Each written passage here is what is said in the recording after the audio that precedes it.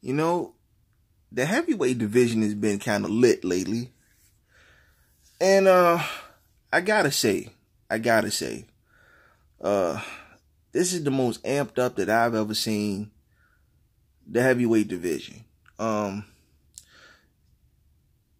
I've seen fighters like Deontay Wilder rise to prominence. I figured that he was going to be a major player in the heavyweight division.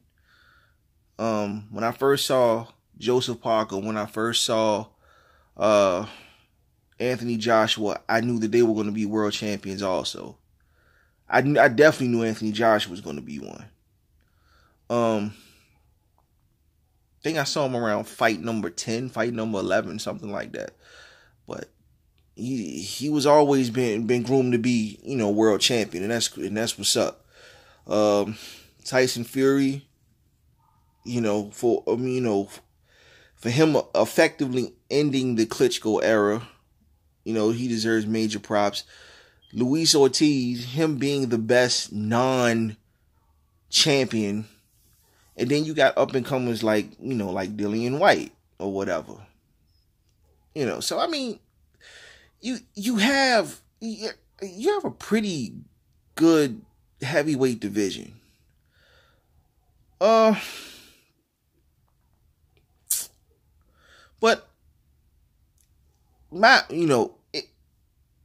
Joseph Parker versus Anthony Joshua is a big fight in so many ways. After Anthony Joshua, and I do believe that Anthony Joshua is going to beat Joseph Parker. I think that Anthony Joshua is the more well-rounded fighter. I think Joseph Parker goes to the body better than most. But I think his overall skill, Anthony Joshua will prevail over Joseph Parker. Will he go the whole 12 rounds? I don't think so. I say Joseph Parker will get stopped between his round 7 and 9. And that's provided if Anthony Joshua doesn't gas out and then some way, somehow, Joseph Parker doesn't turn up. But I really do have Anthony Joshua winning this fight.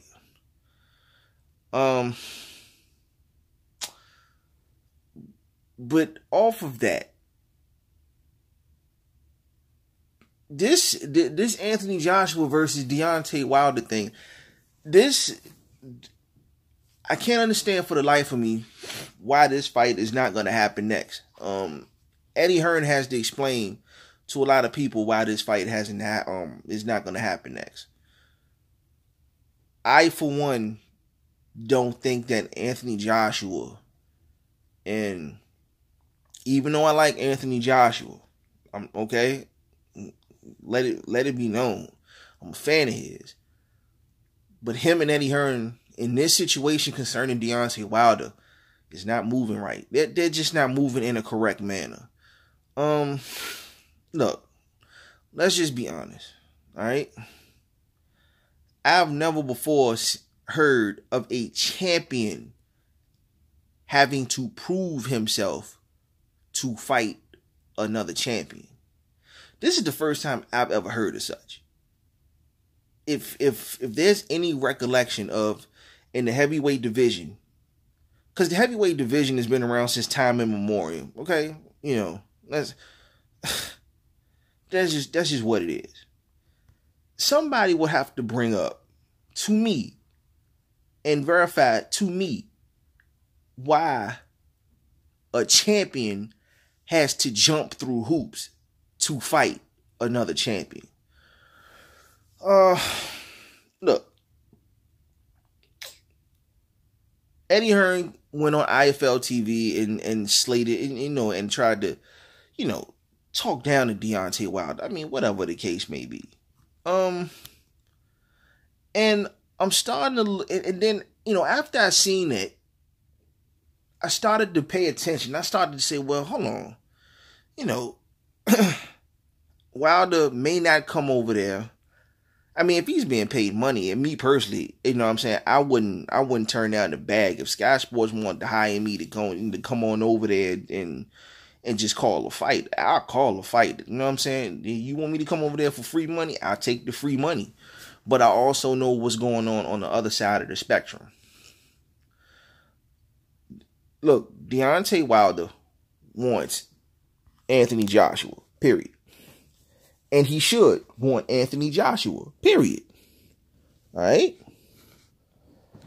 They're going to go and they're going to try to give him Dillian Whyte. The reasoning for this is what? Is because Dillian Whyte is supposed to make the fight more, make the fight bigger? Look, to real boxing fans, Luis Ortiz made the fight bigger. All right. Look, Dillian Whyte is not going to make Deontay Wilder versus Anthony Joshua no bigger than what it is. Okay. I mean, look, Dillian Whyte is cool and everything like that, but he's not a credible enough scalp to make this fight bigger than what it is. It's just not.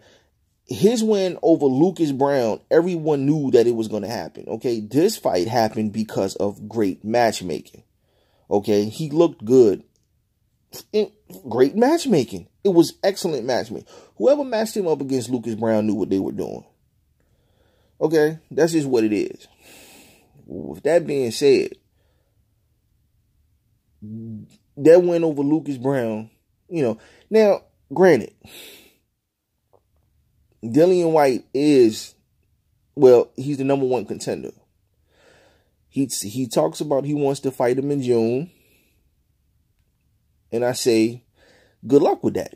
Because the last time Deontay Wilder fulfilled his mandatory was in November.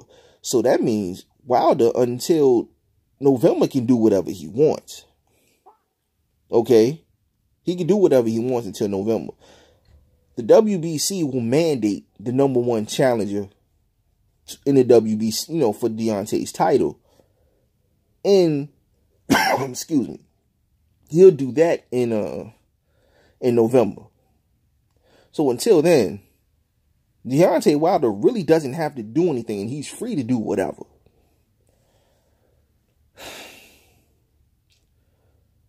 So why exactly is Eddie Hearn trying to push Dillian Whyte onto Deontay Wilder, knowing that Dillian Whyte is not going to make this fight no bigger? I refuse to believe that Dillian Whyte makes the fight bigger for Deontay Wilder versus Joshua than Luis Ortiz did. Somebody would have to explain that to me. Okay? A lot of people say that Deontay Wilder is ducking his biggest payday. I say, if you want to apply that same logic, what do you say about AJ not fighting Wilder? Okay? I don't know how much money, I don't know how much money that Joshua made fighting Takam. Mainly because I too much don't count the money of millionaires. I'm too busy trying to become a millionaire myself. So I'm not too big on counting other people's pockets. Truth be told. The title of undisputed at the heavyweight division is so different than being undisputed at the lower weight divisions, because of the simple fact that being undisputed means that you're the baddest man on earth. You're the baddest man walking this earth. That's what being undisputed heavyweight champion means. That means you're the baddest man on the planet. It means more in the heavyweight division. And it's not supposed to be this type of pussyfooting around. These political games that's being played at the heavyweight division is supposed to be going on at the lower weights. The political game is not supposed to be played at this level in this division. That's just me. Maybe I'm just a little bit too old school. I don't know.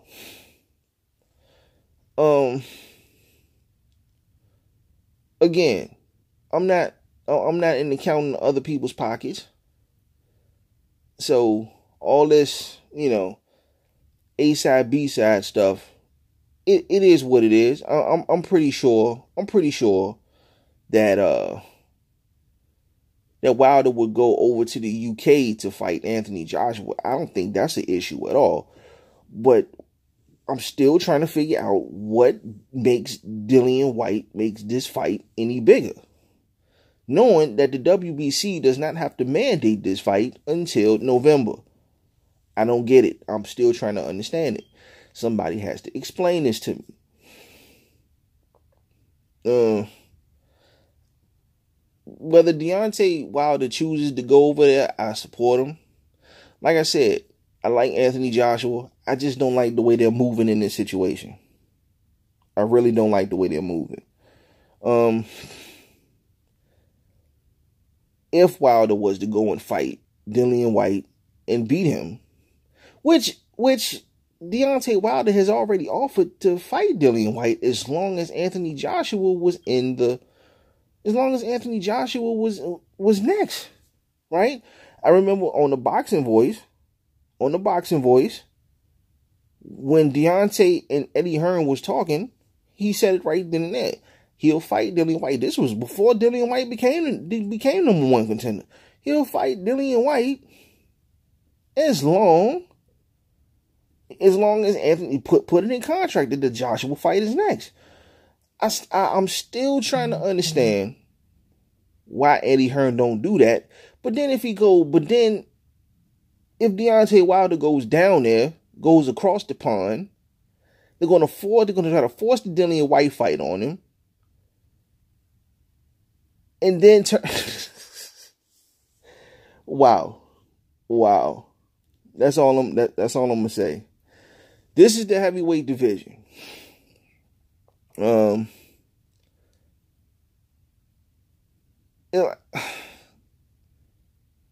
not, I don't need this to be another Mayweather Pacquiao situation, and it shouldn't be one. Okay, I just want to see an undisputed champion. I want to see one king of the hill in the heavyweight division. That's the whole thing to me. All this sitting around talking about, Deontay Wilder is ducking the biggest payday by fighting, by not fighting Dillian Whyte. Well, I mean, like I said, by that same logic, Joshua will be ducking his biggest payday by not fighting Wilder. But like I said, I'm going to take the money situation and put that on the shelf. I don't like how these boys, I do not like how Hearn and Joshua, they can move better than what they're doing. They really can. They can move better than what they're doing. And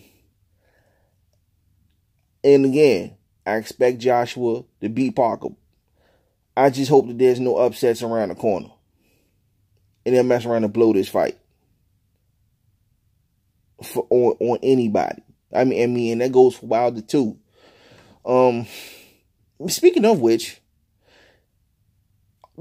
isn't Dominic Brazil talking about he's the number one contender also? The WBC stated that Dominic Brazil, based on his last win, that he was the number one contender for the WBC belt. So why not have Dominic Brazil fight Dillian Whyte to establish a true Mando? Why not do that? And even if that does happen, you still got step aside money.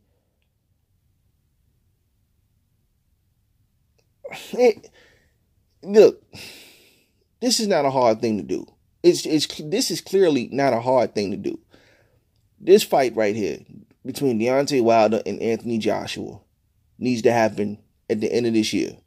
It won't happen at the end of this year because it's all politics. Politics should not be played at the highest level. Not in the alpha male division. You know what I mean? For real. You know. All in all, though, I'm glad that the heavyweight division is back. I hope Tyson Fury can get his head straight and get back in shape and get him in the ring. Because, again, he hasn't lost his title. I mean, he got stripped of his titles. He didn't lose those titles to anyone. He's still the man. He's still the lineal champ. So, Tyson Fury getting back in the ring, that's linealship, Chief. But all in all, I like the heavyweight division. I like what's going on. But I just think I just don't think that we need the politics and all the BS and the pussyfooting around at the heavyweight division. You can play dumb games in the smaller weights, but not in the alpha male division. All right, this is the heavyweight division. This is where the men come to play. Let's stop playing these games, man. It's your boy AC. I'm out.